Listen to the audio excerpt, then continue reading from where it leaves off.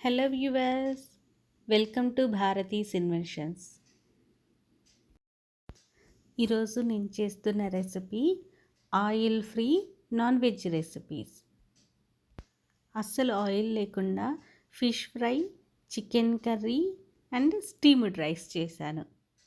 అవి ఎలాగో ఒకసారి చూడండి. ఇది వచ్చేసి steamed rice, fish fry, chicken curry అస్సలు ఆయిల్ లేకుండా చేశాను. అది ఒకసారి చూడండి. ఈ రైసు ప్యూర్ ఆర్గానిక్ ఒంటి పొట్టు రైస్ అంటారు. ఒక్క పొట్టు తీసిన రైస్తో తయారు చేస్తున్నాను. ఈ రైసు వాష్ చేసుకొని 1/2 అవర్ నానబెట్టుకున్న తర్వాత ఇలా స్టీమ్ చేసుకోవాలి. ఫస్ట్ నేను ఇడ్లీ కుక్కర్లో కొంచెం వాటర్ వేసుకొని తర్వాత గిన్నె పెట్టేసుకున్నానండి. పెట్టి సిమ్లో పెట్టుకొని పైన మూత పెట్టేసేసి స్లోగా కుక్ చేసుకోవాలి. ఇది కొంచెం టైం పట్టిద్ది. మనము కుక్కర్లో డైరెక్ట్గా పెడతాం కదా, దానికంటే కూడా ఇలా స్టీమ్ చేసుకునేది కొంచెం టైం పట్టిద్ది. ఒక 1/2 అవర్ అన్నా పట్టిద్ది అనమాట. మనము ఇలా స్టీమ్ చేసుకోవటం వల్ల మనకి రైస్లో ఉన్న పోషక విలువలన్నీ కూడా ఆవిరి రూపంలో అలాగే రైస్లో ఉండిపోతాయి అన్నమాట. అందులో నేను ఇంకా ఆర్గానిక్ ఒంటిపొట్టు రైస్ వాడుతున్నాను కదా, చాలా హెల్దీ అన్నమాట. నేను ఈ మధ్యన ఎక్కువ ఇవే వాడుతున్నానండి. మిల్లెట్స్ కానీ అలా కాకుండా ఈ ఒంటిపొట్టు రైసే ఎక్కువ వాడుతున్నాను. దీనివలన మంచి రిజల్ట్ కనబడుతుంది. ఇది ఫిష్, నేను కొరమీను తీసుకున్నాను. కొరమీన్ అంటే తెలుసు కదా చాలామందికి. ఇది స్నేక్ హెడెడ్ ఫిష్ అని కూడా అంటారు కదా. ఫిష్కి ఫ్రై చేసుకోవటానికి ముక్కలకి కాస్త మసాలా పట్టించాలి కాబట్టి నేను ఇందులో కొత్తిమీర, పుదీనా, ఒక ఆనియన్, కారానికి తగ్గట్టుగా నేను పచ్చిమిర్చి అది వేస్తున్నాను. ఇందులో కొంచెం జింజర్ గార్లిక్ పేస్ట్. ఇంతేనండి, దీని మసాలా ఇంతే. ఇది ఒకసారి అలా మిక్సీ పట్టేసుకొని ముక్కలకి అప్లై చేయాలి. ఇది నేను పూర్తిగా ఆయిల్ ఫ్రీతో వాడుతున్నానండి.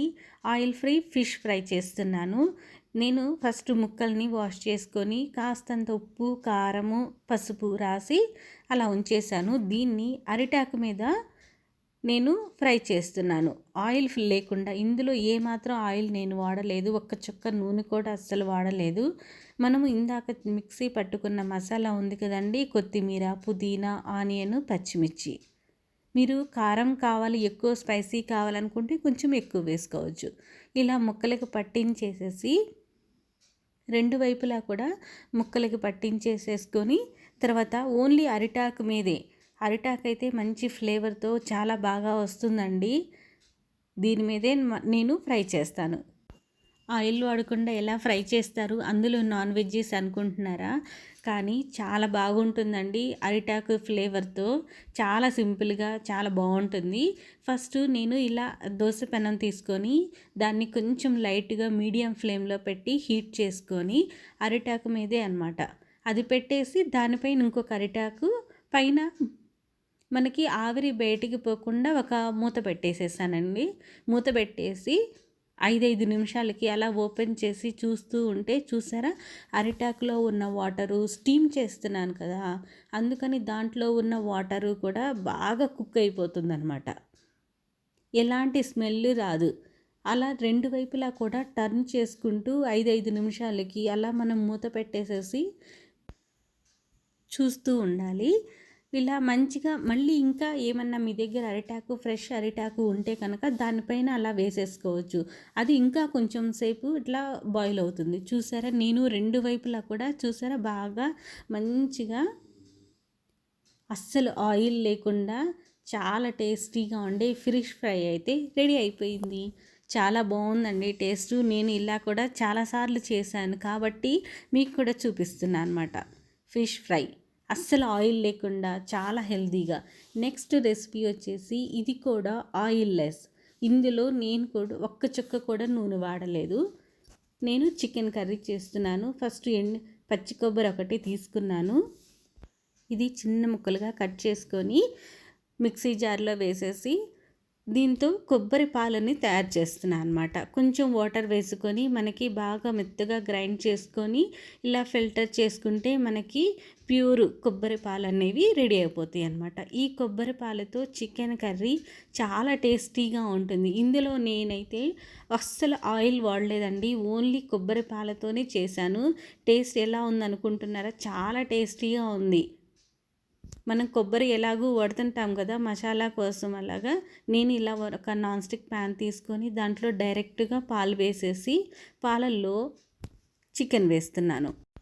చికెన్ బాగా వాష్ చేసి ఉప్పు, కారము, పసుపు, కొంచెం పెరుగు వేసేసి మ్యారినేట్ చేసి పెట్టుకున్నాను. ఒక 2 అవర్స్ అన్న మ్యారినేట్ చేసి పెట్టుకుంటే చికెన్ ముక్కలు మనకి చాలా సాఫ్ట్గా వస్తాయి. డైరెక్ట్గా కొబ్బరి పాలల్లో వేసి మీడియం ఫ్లేమ్లో పెట్టి పైన మూత పెట్టుకొని చిన్నగా ఉడికించుకోవాలి. ఇది కూడా కొంచెం టైం పట్టిద్దండి. ఏవైనా సరే మనకి ఆయిల్ లెస్ కాబట్టి ఇవి కొంచెం టైం పట్టిద్ది. కొంచెం ఓపికగా చేసుకోవాలన్నమాట.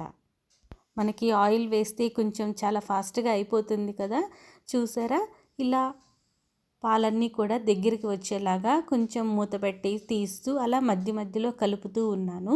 మనకి పాలన్నీ కూడా దగ్గరికి వచ్చేసేసి పాలల్లో కొబ్బరి పాలు కదండి, కొబ్బరిలో ఉన్న ఆయిల్ అంతా కూడా బయటకు వచ్చేస్తుంది. చూడండి, నాకు చికెన్ ముక్క కూడా బాగా ఉడికిపోయింది. చూస్తున్నారా, కొంచెం కొంచెంగా ఆయిల్ అనేది నాకు బయటకు వస్తుందన్నమాట. నేను కూరకి సరిపడినంత కారం వేస్తున్నాను. ఇందులోకి 2 స్పూన్స్ దాకా కారం వేసుకొని అంతేనండి. ఇందులో మనకు కావాల్సినన్ని కూడా మొత్తం వేసేసాం కాబట్టి మీరు కావాలనుకుంటే ఉప్పు కాస్త చూసుకొని అట్లా వేసుకుంటే అడ్జస్ట్ చేసుకుంటే సరిపోతుందనమాట మన టేస్ట్కి తగ్గట్టుగా. నేనైతే ఇందులో ఏమీ ఆయిల్ వాడలేదు, చూస్తున్నారు కదా. ఓన్లీ కొబ్బరి పాలతోనే నేను బాగా ఉడికించాను. చాలా టేస్టీగా ఉంది ఇది. నేను అప్పుడప్పుడు ఇలా ఆయిల్ లేకుండా ఇలాగ రెసిపీస్ కూడా తయారు చేస్తుంటాను. చాలా టేస్టీగా ఉంటాయి.